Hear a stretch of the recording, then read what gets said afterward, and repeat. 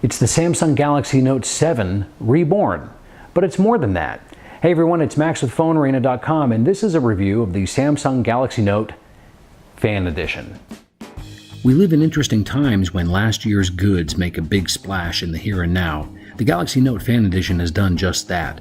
A remanufacture and recycling of unused components of last year's ill-fated Note 7, the Note FE is essentially all about 2016.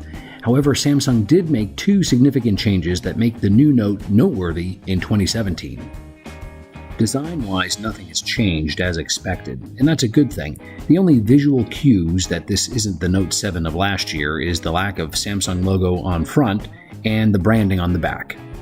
The symmetrical curves of the front and back meeting nicely to the metal frame are just as nice looking as last year. Gorilla Glass 5 and water resistance are part of the package too.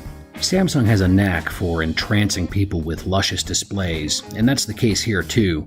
The default adaptive color settings probably go overboard with color, but it sure looks nice while it does it. Adaptive settings let you change the color temperature a bit also, while cinema and photo settings cater to HDR video and standardized Adobe RGB color schemes. No matter what flavor you choose, the 5.7-inch display with a traditional 16:9 aspect ratio has the real estate to let you enjoy media or take notes with the S Pen.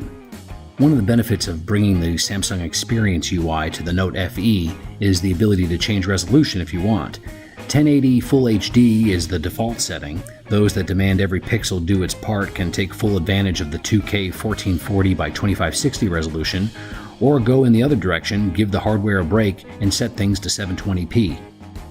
When it comes to the interface, Samsung updated the software to Android 7 and gave the Note FE the new Samsung Experience UI, which was introduced to us earlier on the Galaxy S8. This is one of the two big changes Samsung made to the Note.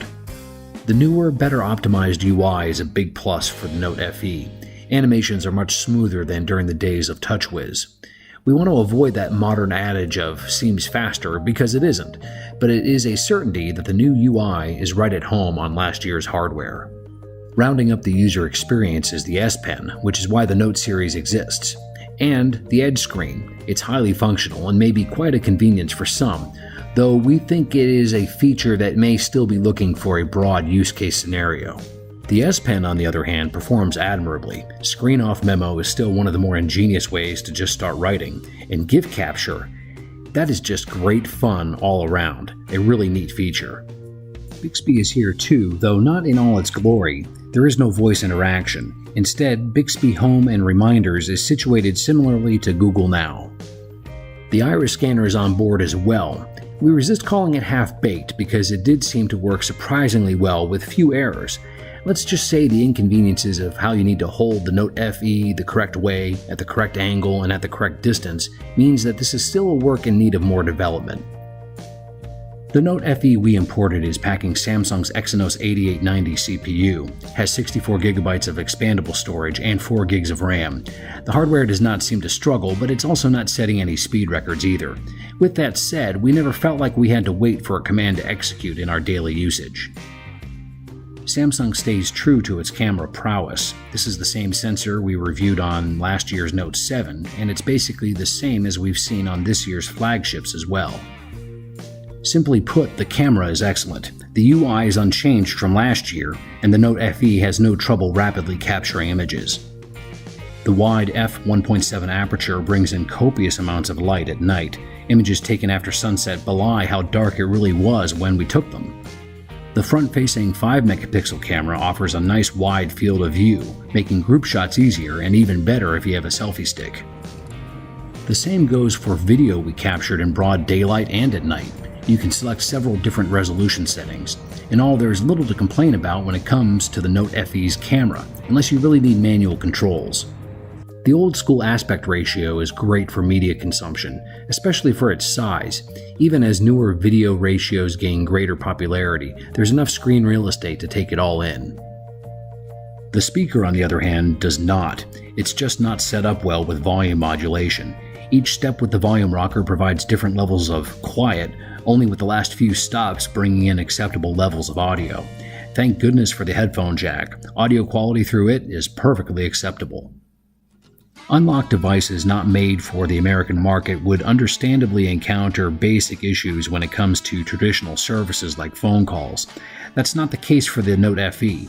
There is no compatibility for features like high-definition voice or enhanced messaging services, but call quality is excellent, and we did not encounter any dropped or failed calls.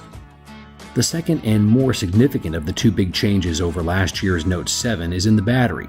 The poorly designed 3500 mAh cell was replaced by a smaller Safety Check 3200 mAh unit. We were pretty heavy users with the Note FE, but the new battery got us through a 10-hour day with room to spare. In the final analysis, and given the circumstances, the Note FE stands on its own, even among the current crop of flagships. Where it doesn't win with outright brute force and speed, it still gives the user outstanding build quality, a great camera, and a feature set that exists on no other device. So should you go online and import a Galaxy Note Fan Edition? For the everyday consumer, absolutely not. It retails in Korea for roughly $625, but once sellers are done marking it up for their own profit, plus international shipping costs, you're hard-pressed to justify the $800 or higher price tag, especially since the Note 8 is right around the corner.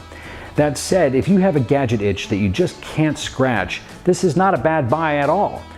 The feature set is unique in the marketplace, and there are surprisingly few compromises. Plus, if you are a Note series fanatic, you know what you're buying into anyway, so there's a good chance you won't be disappointed.